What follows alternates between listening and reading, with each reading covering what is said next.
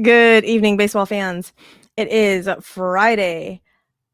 I almost said October. Good night. January. It's January. It's January Let's go to the World Series already. Screw it. 19th.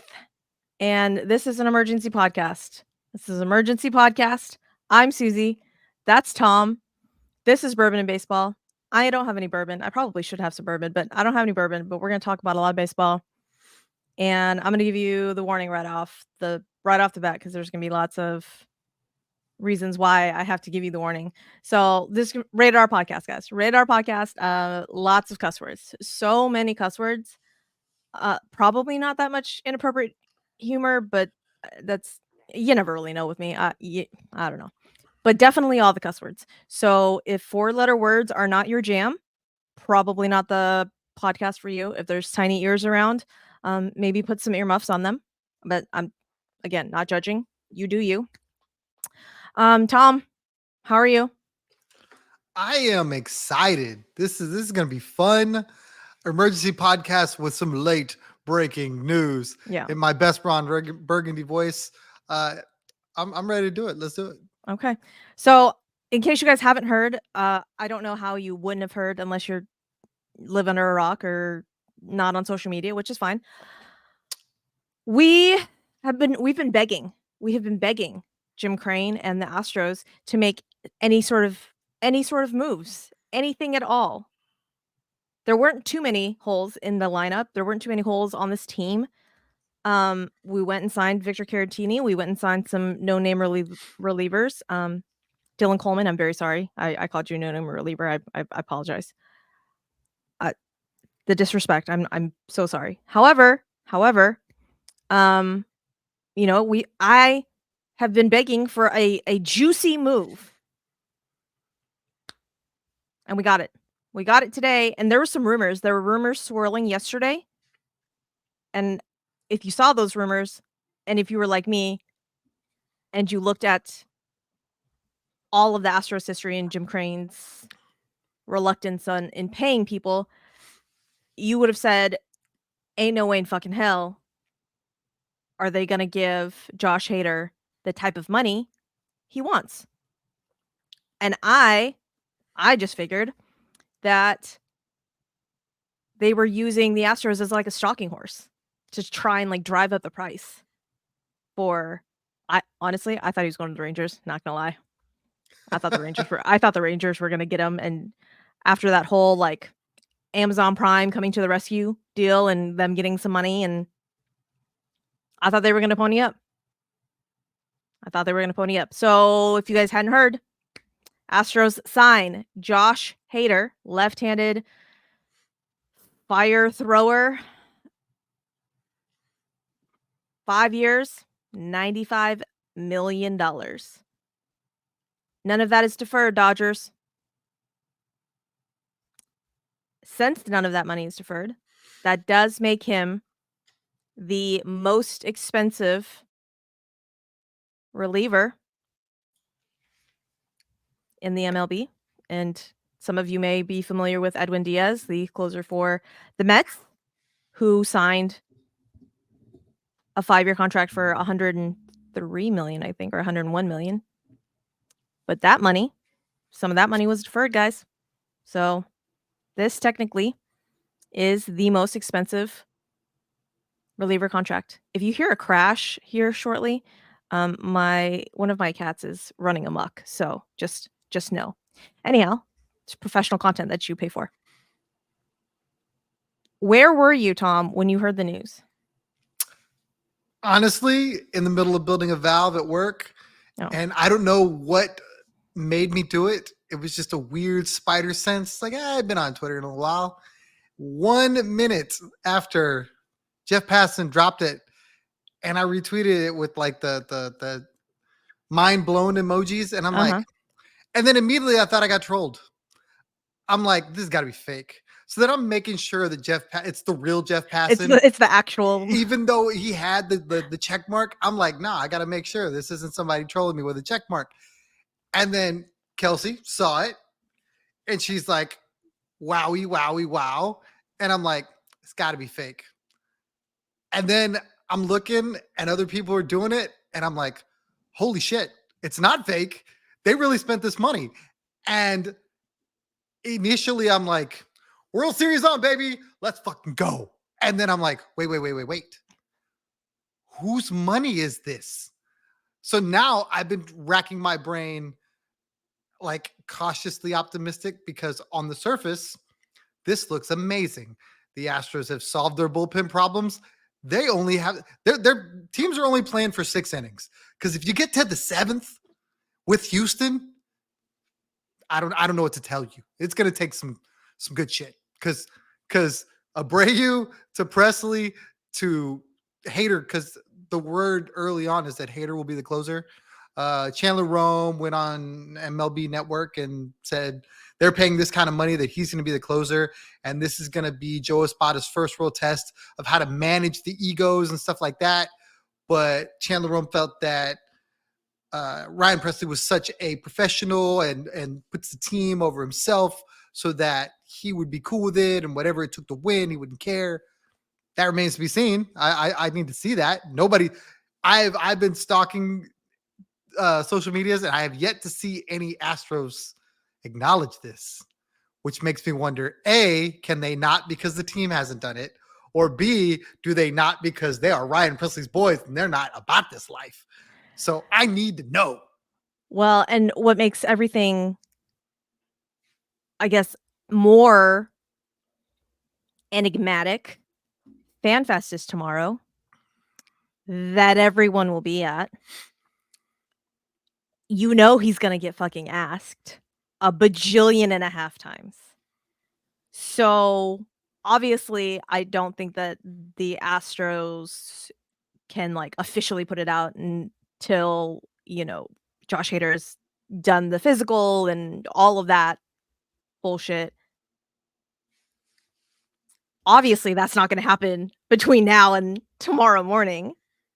So, tomorrow is gonna be real fucking interesting. Yeah, but that's kind of the built-in answer for them, right? Well, we can't talk about because it is an official, like that's going to be how you defer it, right? Regardless though, people like the news people are gonna ask him and just, "So what are your thoughts on it?" My what I would love to see though is them not have a quote unquote defined role. Like, I would love Press and Josh Hader to be like co-closers. And okay, so like really and truly, we all know that Ryan Presley on back-to-back nights, not a lock. That second night makes your butthole pucker. Just there's no lies detected. Y'all know. He gets out of it. But it is a tiny bit stressful there for just a hot second. Especially if the first night he had to go more than 15 pitches, right? I would love it if maybe instead of X, Y, and Z, Abreu being the 7th, Ryan Presley being the 8th, and Josh Hader being the 9th, and that's the formula. I would love it if, say, I don't know, we look at the lineup and we say, all right, top of the 8th, this guy can't hit breaking balls. Ryan Presley, you're up. Heart of the order? Cool. Let's do it. On the other hand, we got heart of the order and all these guys can't hit fastball up and away. Josh Hader, come on down. I would love to see matchups and strengths versus here's the formula. Doesn't matter where we are in the order, who's batting. Now, granted, we all know that Ryan Presley and Josh Hader are good enough. Right, left, doesn't matter. They can get out anybody. But I would love to see matchups more than a set defined role. I don't think that's going to happen.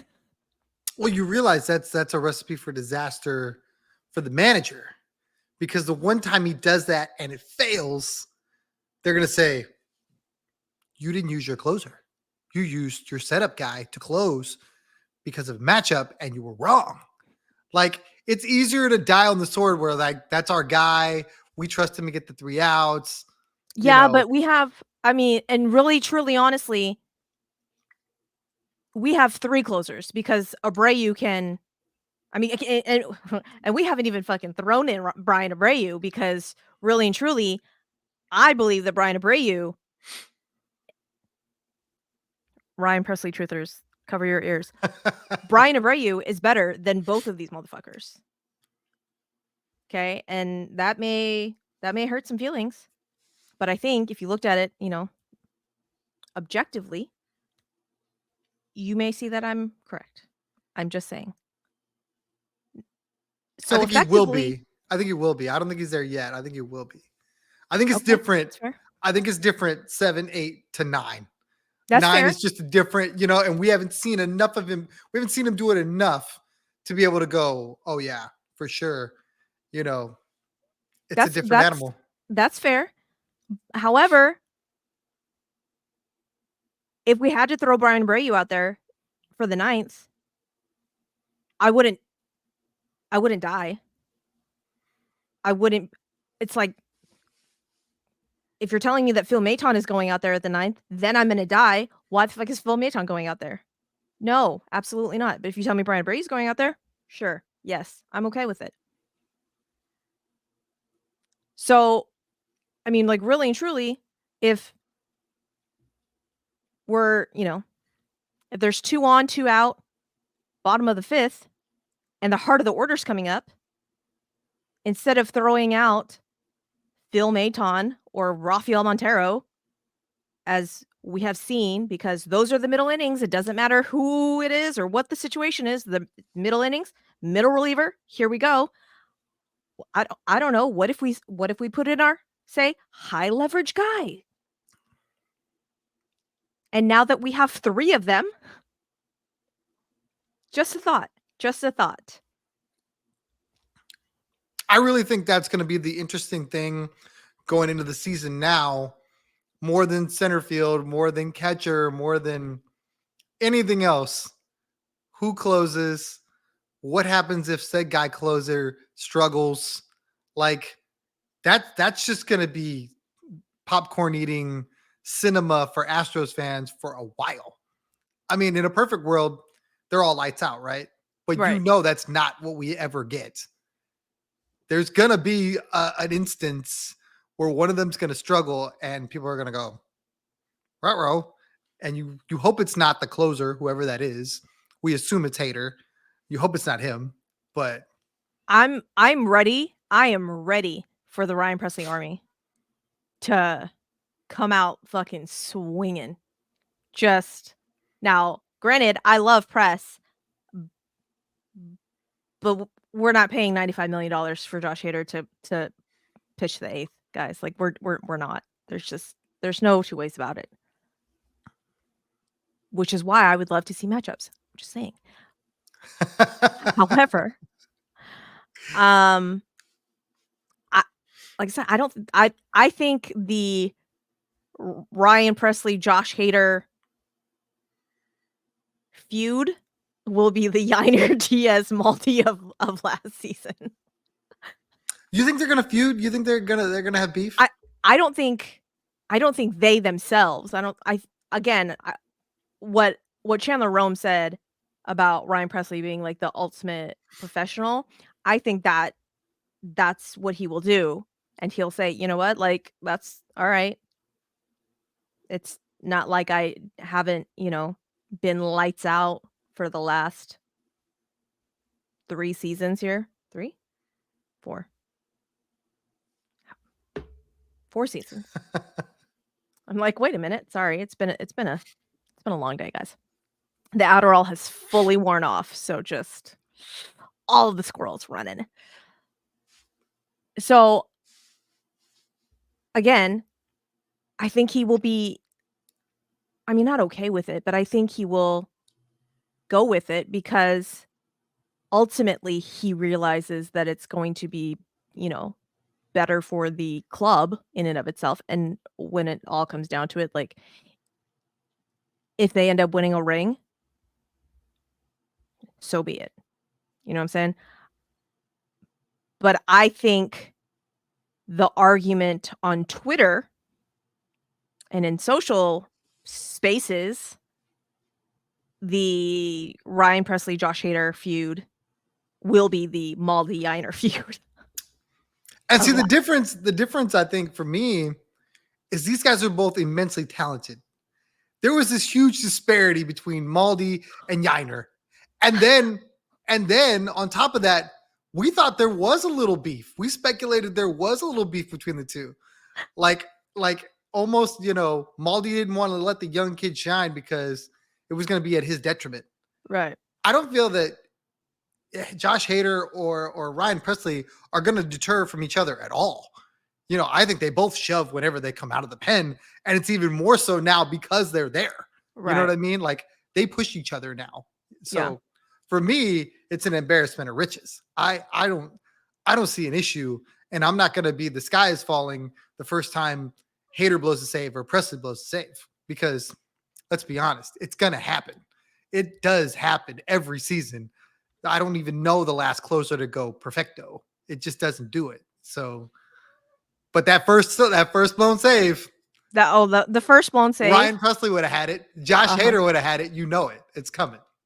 Yes, it is. Yes, it is. You are totally correct. Now is now the correct time to tell you then that Josh Hader pitches the absolute worst at Minute Maid? It can't be true. Small sample size. I need to go look at the number. I need to go find that tweet. I need to find the tweet. I thought I saved it. Apparently Minute Maid is first, and Red Sox is second. Red Sox. Why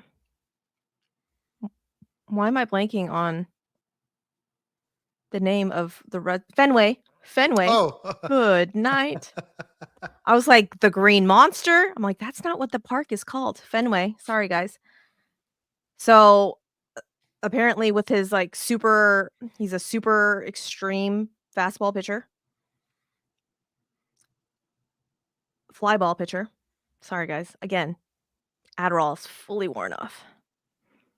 So it shall be interesting to see. What I don't want to see, what my biggest fear is, well, of a few of them anyway, Victor Caratini all of a sudden becoming his personal catcher. I don't need that. I don't see it. It just hit me like a bolt of lightning. Like, oh, he caught him a ton in Milwaukee. Like, please, Joe Espada, don't lean into that. So I want to say he pitched, or when he caught him, it was like a 2.5 ERA or something like that. He was still really, really good.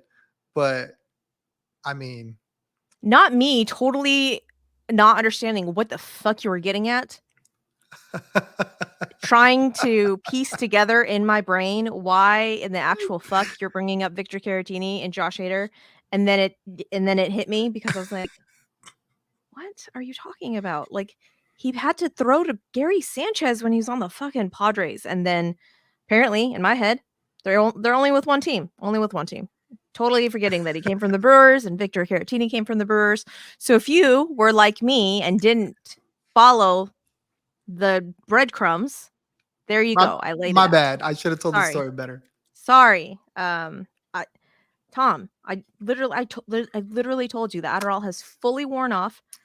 I'm okay. so used to drugged up Suzy. I don't know how to deal with sober Suzy. Rude. Okay, so here is the quote. Let's see. Extreme flyballer Josh Hader will pay both an architectural and an atmospheric tax in his pending transition from San Diego to Houston's park. On the former, both corner fences of Minute Maid Park are very close and clearable relative to MLB stadium standards in general. And now he won't have that coastal Southern California air to limit carry on his overabundance of outfield fly balls allowed. He goes on to say he bets that HADER will never see the end of the deal. I mean, really and truly, I didn't think that we were going to see year 4 and 5 from HADER. Like, I don't understand how you couldn't when he has a no trade. Oh, no, I just thought that he wasn't going to be good for the last 2 years of the contract. I gotcha. Sorry. So then in what is that, 2028 and 29, when I'm still here doing this podcast, shaking my fist and yelling about JoshHadar, I'll go back and clip this and be like, I was right. But let's see. I don't understand that logic. A lot of people are saying that, and I don't understand it. Like he's Verlander or even Presley. Right? I'm sorry. JoshHadar turns 30 April 7th. So Presley, I believe, it's all downhill from here. It's all downhill from here. But I mean, Presley's 34 right now. So if you're telling me, yeah, but Presley's stuff is different.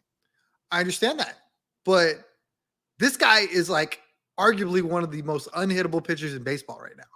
If you go look at some of the stats, he had like his ERA would be like absolutely nothing. He had like a 9-day period where he gave up 22 runs in like 2022, or his ERA would be like 0. Like, I can't remember. I think it was like 1 or something like that. Like, the dude is really, really good. And I know there were a lot of concerns about like velo dropping towards the end of the season, and maybe it was due to overuse or whatever. I don't know. But when we talk about these Astros, they're not going to have to lean on him the way I think Milwaukee and San Diego did. One, we talked about Brian Abreu. He still got Ryan Presley. So like, we're not asking him to go more than three innings or three hitters. Words are hard. Outs. Sorry. There we go. We're not asking him to go further than 3 outs. So, I mean, the guy was more than a strikeout an inning. I don't see it. If you told me he was coming off of a horrible season where he gave up like a ton of runs and blew all these saves, like, did anybody go look at his numbers last year? 65 innings, 85 strikeouts, 33 of 38 for saves. I mean, damn good. I'm not overly thrilled with it. I'm not gonna poo-poo it by any means. Like, I'm just concerned now that JimCrane has given me hope. Because before all this, we all knew that there ain't no way in fucking hell he was going to extend Tucker and give Tucker the bag. There's no way, because he's never done it and yada, yada, yada. And now JimCrane said, fuck y'all, all of y'all. Look what I can do. And now the inner Suzy is saying, so you're telling me there's a chance? Like, if you're willing to do this for a closer, arguably one of the best closers. When you had one. Okay. What does that mean you'll pay Kyle Tucker? Does that mean that you may actually say, oh, all right, I don't maybe think that Will Wagner or DeZenzo or Lou Perfido can be Kyle Tucker. When I have a Kyle Tucker, let me just pay Kyle Tucker. That's what's really giving me the anxiety here.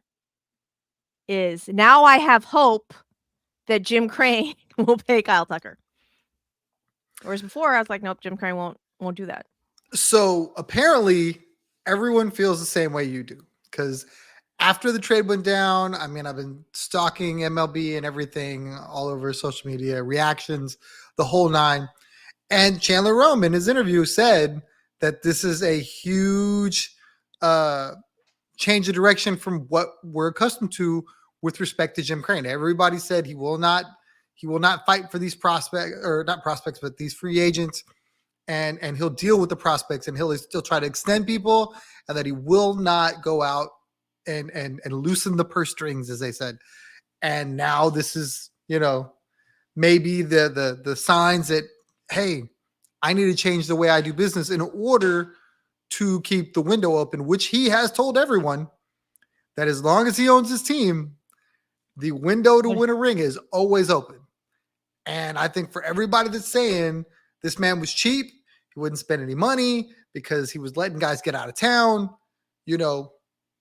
maybe, just maybe, he was right.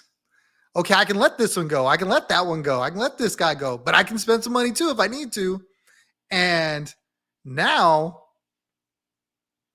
I want him to re-sign everyone. Bring them all back. Now we know that's not going to fucking happen. Come on now. Why not? We're paying, or the Astros are paying $33 million for closers. 2 guys. 1914. I think my math's right. Yeah. That's not a math bot. I'm not that Asian. You know that is a metric fuck ton of money for a bullpen. That's center fielder money. That's right fielder money. We're paying it for our bullpen. And that's not even talking about Montero's money. Fucking Montero. God damn it. So add him. 3 guys in his bullpen are making $44 million. What if Rafael Montero reverts and goes back to 22 Montero? Game over. Now we only need 5 innings from your starter. You might only need 4 2/3. What if, now stay with me. What if, God damn it, I don't want to do it because now I'm going to get fucking excited again and it's going to fucking hurt. What if Say it. Forrest Whitley actually ends up being fucking healthy and stays fucking healthy, and Ronel Blanco goes and performs the way that he can? Did you see the Forrest Whitley interview? Did you say they talked to him? I did see the Forrest Whitley interview. Hold on. Before we talk about Forrest Whitley some more though, hold on. We didn't even mention the reason why I think they pushed this through. Because KendallGraveman is out for the entire season with shoulder surgery. And they might as well build him a statue. Right. Well, I think it's the same. I think I read somewhere that it was like the labrum. And I think that's the same surgery isn't that the same surgery that Michael Brantley had? Okay.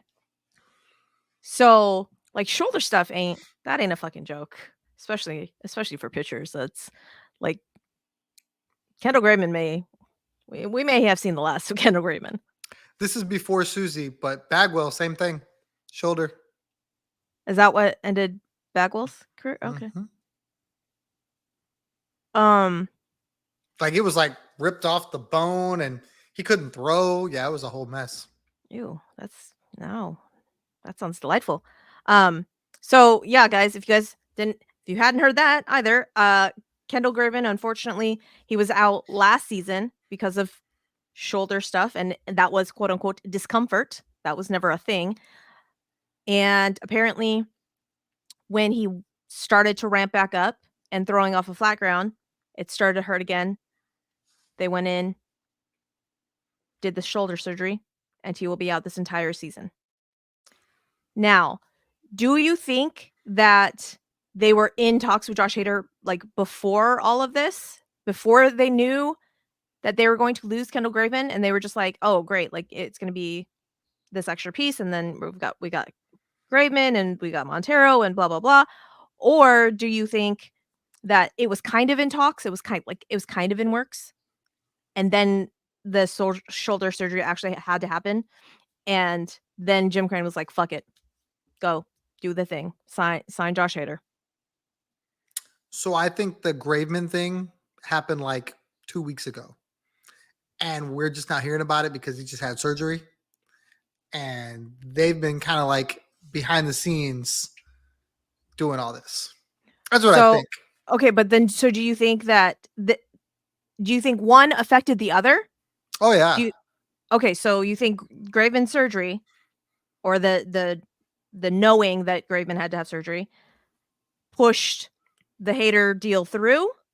Or do you think that regardless of what Graveman was going to do, the Hader thing was going to happen? Oh no, I can't see a scenario where you have KendallGraveman on this team, and not that you don't need Josh Hader, but now you just have too many bullpen arms because you got to remember they have 37 starters, and some of them got to go to the pen. So where is everybody going to go? Like,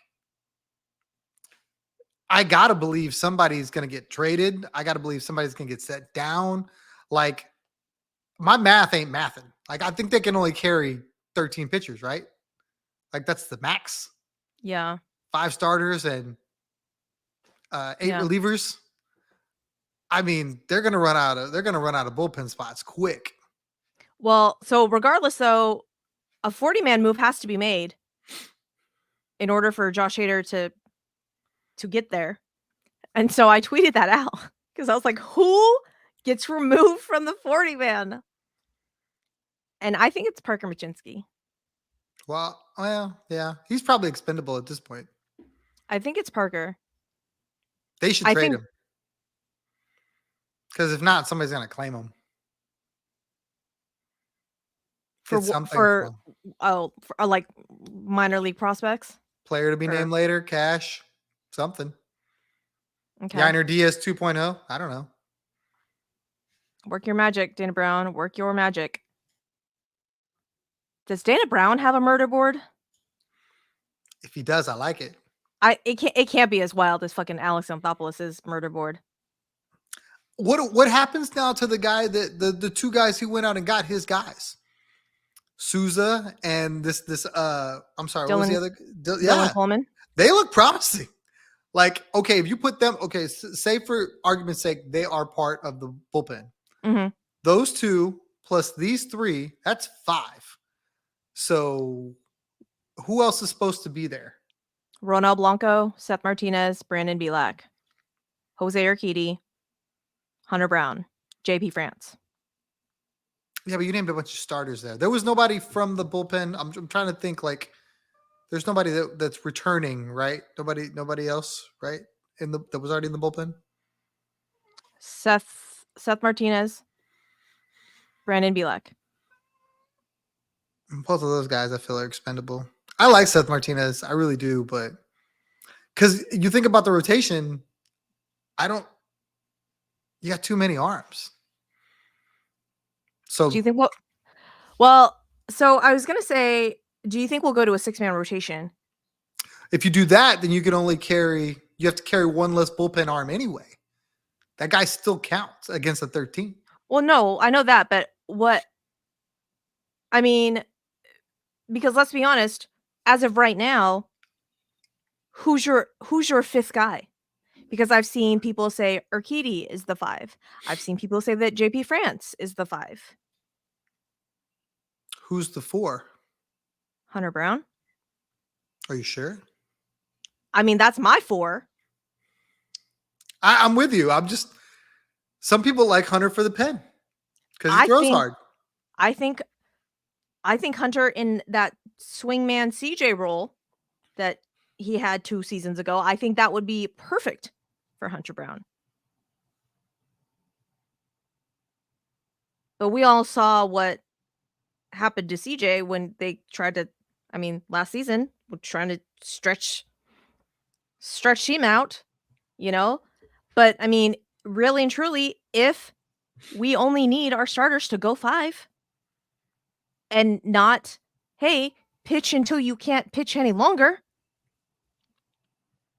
I don't know. Maybe CJ and Hunter Brown both perform better than they did last season. The guy I think this helps the most is Framber for me. Because Framber, I think he pitched a ton of innings, and I think that kind of wore him out, and he lost his effectiveness. I also think Maldi had something to do with that, but that's conspiracy theory for a later date. When he shows up and shoves, and it's like, what happened to Framber? And when CJ shoves, what happened to CJ? They look like 2 years ago. This is Maldi all day. I'm going to be banging that drum, and people are going to say, that's terrible, Tom. And I'm going to be like, numbers don't lie. Why are these guys studs again? I don't know. And then you got bigger problems at the All-Star break because you got 2 guys coming back. I mean, okay. When Luis Garcia and Glass Elbow LMJ, does that? I get. At that point, I think you got to trade. You've got to trade somebody. I mean, granted, you're going to need the starters at some point in time, but like, I think JP France and JoseUrquidy are those guys that are on the chopping block. No? Yes? Thoughts? I really like JP France. If I can keep JP France and Hunter around because they have so much control and they're cheap, and I want to sign all the guys, I'm probably moving someone that's not them. I don't know who that is. I don't know. I've been banging the trade JoseUrquidy drum for 2/3 of a season now. 3/4 of a season. Yeah, but what are you getting for JoseUrquidy though? You're trading him just to trade him, just to get him off your team. He's $3 million a year, and now he becomes a stud if he's only got to go 5. He's good for 5. Yeah, it's that third time through the rotation or the lineup that normally ends his night. Okay, well, so he's an expendable piece in our starting rotation. He's a number 4 or 5 for a lot of rotations out there, though. I mean, you can't tell me that if you stick him on the White Sox or the Angels or the Cardinals, they could use some color. They do need a little spice. They do. They do. They need a little flavor. Or like the Pirates. I mean, you can't tell me that JoseUrquidy on any one of those starting staffs is actually a starter, and there's no question about it.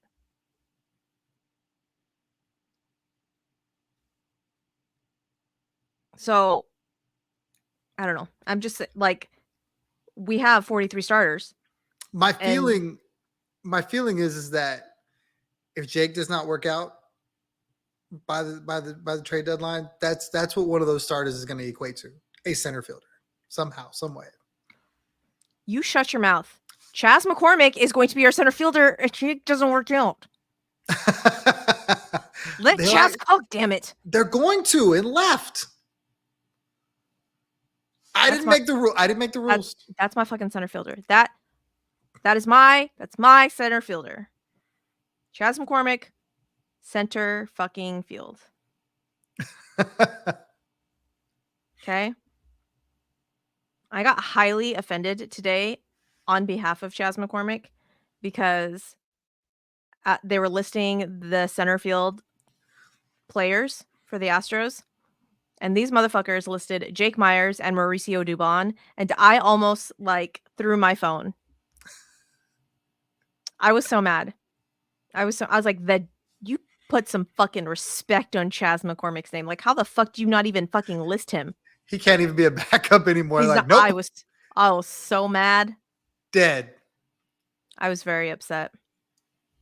I was going to craft a strongly worded DM,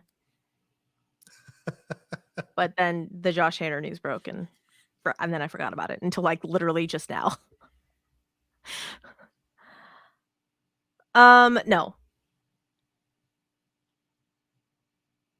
I don't want them to sign a center fielder. I want to let Chas cook in center field. Give the man the fucking respect that he fucking deserves. So then they go get a left fielder then, if that's what you think. If there's a corner outfielder that's available that's, tearing the cover off the ball, whatever. Fine, whatever. It's going to be so interesting to see what they do with all of these arms now, because, you were worried about having quality in the back of the bullpen. Now you just have tons of it. An overabundance. Yeah, you thought maybe they maybe get their hands on a middling reliever, like a bridge guy. Okay, maybe that'll work. And now with these three studs, nothing made me feel more proud of the move than to see fans of other teams absolutely hate it. Yankees fans were down bad. They were down so bad. They were like, because I think part of them thought that HADER was an option for them now, right? Struck out on the starting pitching. Let's just build the bullpen up. We can get to the bullpen. We'll be good. Now they're trying to get their hands on Neris. That's the new target for the Yankees is Neris. I won't lie. Yankees bullpen has always been good. That hurt a little to admit. Yankee fans, cover your ears. I didn't say that. No, but they've always had a wicked good bullpen.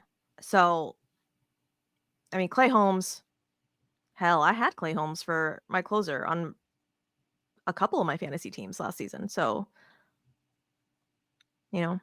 Oh, you play fantasy baseball? You fantasize about the players? I do. Who you fantasize about? KevinKiermaier all day, every day. Mm-hmm. Yeah. Yeah. All day, every day. HADER had a 1.28 ERA over 56 and a third innings for the Padres last season.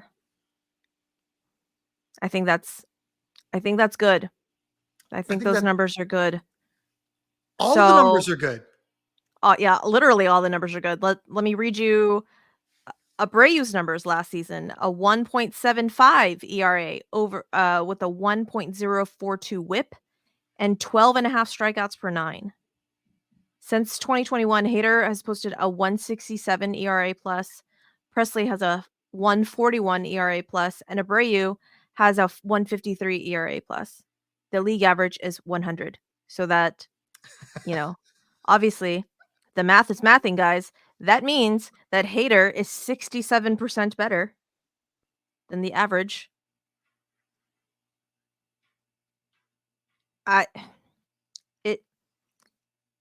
It just makes me nervous. It makes me nervous. And nervous in like that I can't have nice things, so something bad's gonna happen, or nervous about the future? Like I'm waiting for the other shoe to drop kind of thing. Like I need like the bottle of Tums on hand. And my worry now is like, I'm going to knock on all the fucking wood here, is injury concern, because he has been solid for the last 5 seasons. I think the literal only thing that he's ever been on the IL for has been COVID. But now that you're 30, it's all downhill from here. It's all downhill. So I think of all the teams he could have went to, the Astros are the most equipped to handle if he was to go on the IL for something. Obviously, you hope he never gets injured. He pitches the entire season. He closes every third day or, second and third day, whatever. And he's got 60 saves and, the Astros are a juggernaut. If for some reason something happened, then you just plug Presley back in and, when he gets back, we'll be ready for you there, big guy. But see, I would love co-closers so that Ryan Presley doesn't have to pitch back-to-back days. Doesn't have to close back-to-back games. Presley for a day, HADER for a day. And then they're both better because they're not overused. Yeah, but you overuse someone else to get to do that. By not having that guy in his specific role, somebody's got to take that spot. So now if Presley pitches the 8th on Monday and HADER closes, but then Presley closes on Tuesday, now who's pitching the 8th? You're not going to put JoshHadar in the 8th inning. You're just going to give him the day off because you want to rest him. Right. So I'm saying that hopefully, fingers crossed, Rafael Montero returns to form. Forrest Whitley performs at the level that we hope that he can. That Dylan Coleman, my cat, also wishes all of these things. Dylan Coleman performs at the level that he is showing off in his tread videos. So that maybe, just maybe, we could say, I don't know, Abreu Presley, 8 and 9 one night. Okay. And then the next night, Abreu HADER. Okay. Then the next night, Montero Presley. So we kind of give everybody and not overuse all of the peoples. Well, in a perfect world, the offense is scoring 11 billion runs, and those guys don't ever have to pitch all that much anyway. That would be delightful. That would be delightful. I can't wait until we're on the PSF app and I'm hitting the fucking training dummy because Tuck has hit a grand slam. It's gonna be good. It's gonna be real good. It's just you're gonna get him like a umpire jacket and a face mask, and you make him look like one of those instead of for people that don't understand what the reference Suzy had. There was an epic, and I do mean epic, podcaster video guy for the Cleveland Browns that did this play-by-play of the Texans Brown game, and he had a training dummy in the back dressed like an official, and he just the ones that you'd use for kickboxing and like self-defense, that kind of training dummy, guys. And every time a big play happened, he'd fight this dummy and he'd be just over there beating it up, good plays, bad plays, whatever.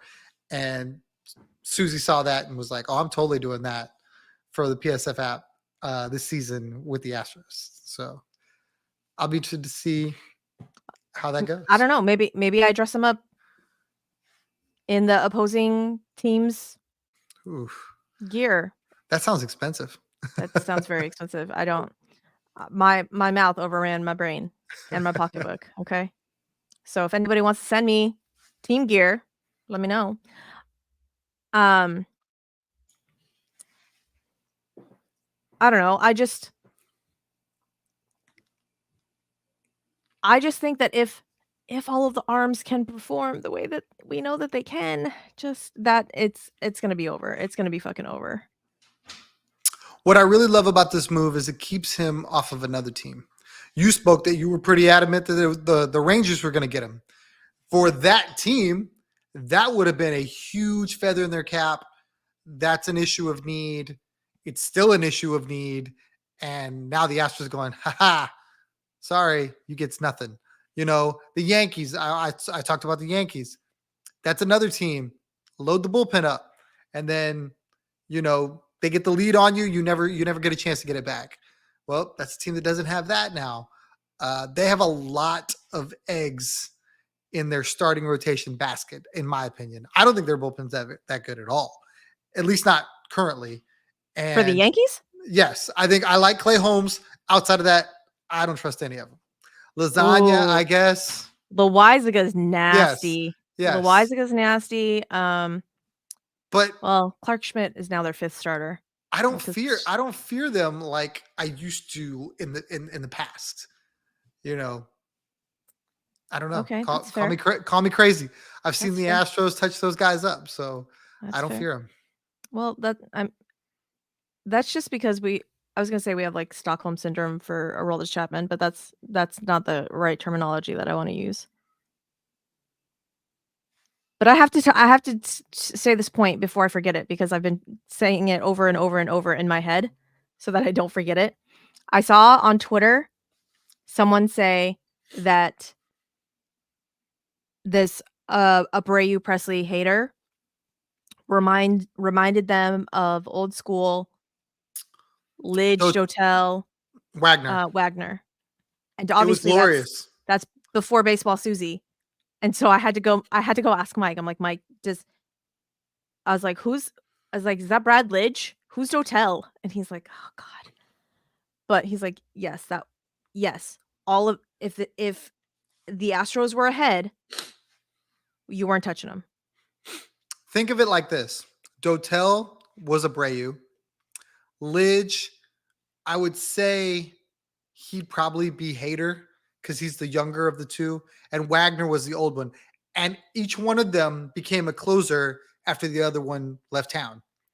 And each one of them were electric. I mean, Do they all have the same stuff or different stuff? different stuff, different Okay. stuff. But I mean, Billy Wagner is arguably the best closer the Astros have ever had.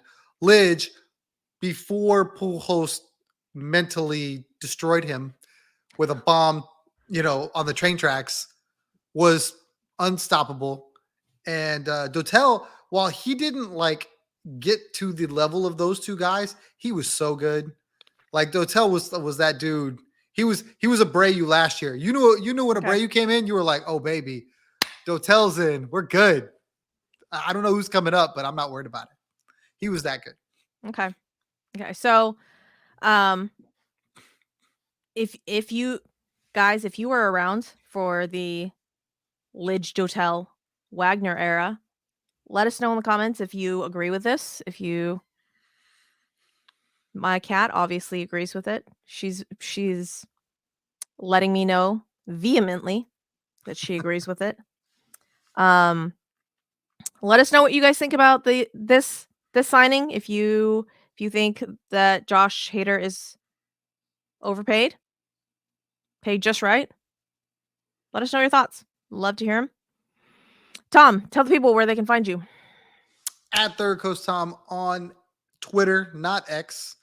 I'll never call it X. I'm sorry. I don't know. Maybe that makes me old school. I don't know. It's Twitter. We tweet It it. just makes you old, Tom. It's okay because I'm old. I'm okay Well. with I'm okay with that. I'm okay with that. I don't have to be a young hip kid to use the app. Also the PSF app. Suzy alluded to it. That is where we will be media casting these games. If you're not going to the game, if you're not going out to a sports bar with friends, if you are at home but still want to be talking Astros baseball with people, myself, Suzy, a bunch of others. I mean, the room would get, pretty large, 20, 30 people in there watching the game together, just talking and kicking stuff back and forth. It is a great place to be from the comfort of your own home or the gym or wherever it is you want to be and still be interacting with people about the game. I am there as well. I won't be at the gym. Just know that you will never have to worry about catching me at the gym, okay? It's not a thing. If Suzy's at the gym, call 911. Exactly. She's been abducted. Exactly. Yeah, that is where you can find me. And looking forward to this season with the Astros. I know the future may be murky with all the contracts and stuff, but this next season, it's can't get any more exciting now. I don't know what other issues the Astros can have with this current season. The future, totally cloudy, but right now, really I bright. still think the AL West runs through the Astros. I think it's going to be a bigger dogfight between us and the Rangers this season, but I think the AL West still runs through Houston. I I haven't gone through all of the teams' breakdowns just yet on if I am confident enough to say that the AL runs through Houston, but it's up there. We're up there. This signing pushes me closer to that edge. So, Who do you fear in the AL besides the Rangers, I guess? I think the Orioles are still going to be good. Yankee fans, cover your ears. I think the Yankees will be better than they were last season, and so I think that will be I think they will give us a fight. The Rays are always there. I think Detroit is going to be sneaky good this season. I really do. I'm trying to think. No love for Seattle? Fuck Seattle. Sorry, Seattle. I don't think there's anybody that listens to this podcast that is our Seattle fans. I'm so sorry if you are. I apologize. Kind of, if not really though. But if you are a Seattle fan, please put it in the comments. Let me know. Because I would love to talk to you.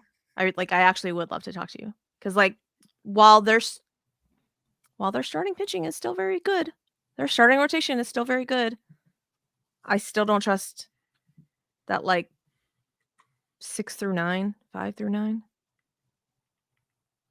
But regardless, guys, it's gonna be a whole other show. We're gonna be doing some shows where we will go through the different teams, break it down all down. I wanted to wait until the 43,000 free agents signed so that we could go through more complete rosters.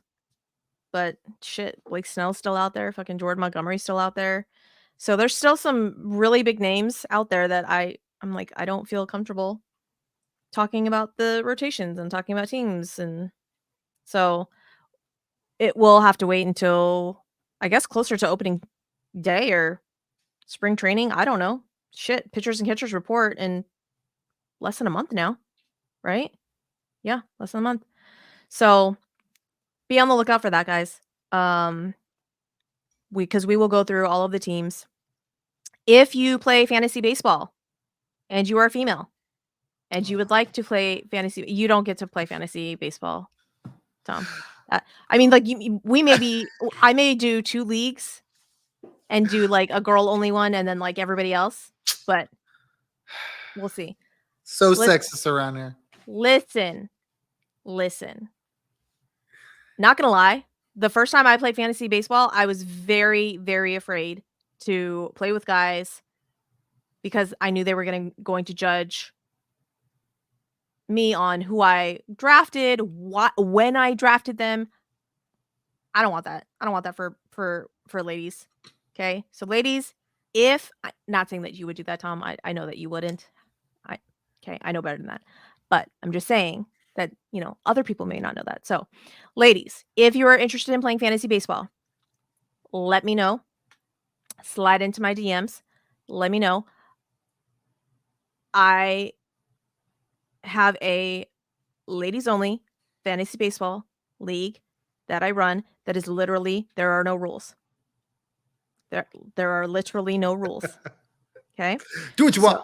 So when I tell you that it is the most fun that you will have playing fantasy baseball, it's the most fun you will have playing fantasy baseball. Guys, if you also want to play fantasy baseball, let me know and I will set up a whole other league. Okay? So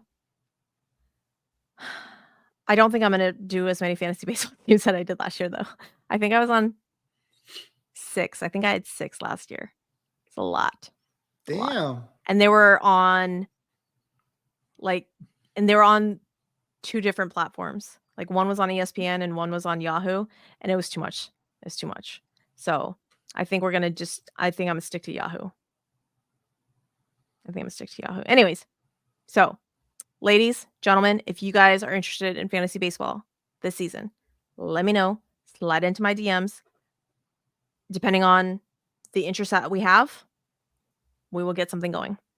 I don't play for money or anything like that. Bragging rights, maybe. Shit talking, obviously. But there's no like big stakes. It's just a fun way to literally get to know more players and if they're doing well. That's literally how I knew good players last season and the season before that is playing fantasy baseball and drafting guys to get on my team. So, with that, we're going to wrap it up. Go give us a 5-star rating, please, and thank you on the Apple side, the Spotify side. Hit the big red subscribe button on the YouTubes. Tell all your friends. We would love that. We're still hanging very tough in Japan and Korea on both of those Apple charts. Thank you so much, Japanese listeners, Korean listeners. Kamsamnida. Ooh, there you go. I will pander to the crowd.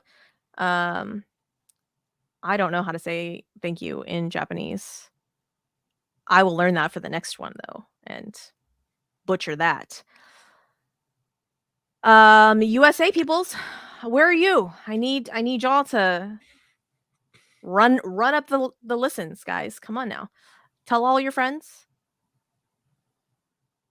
Side note, I am thinking about we're doing Bourbon and Baseball, Astros edition, Bourbon and Baseball, all of the balls edition. And sometimes that confuses people.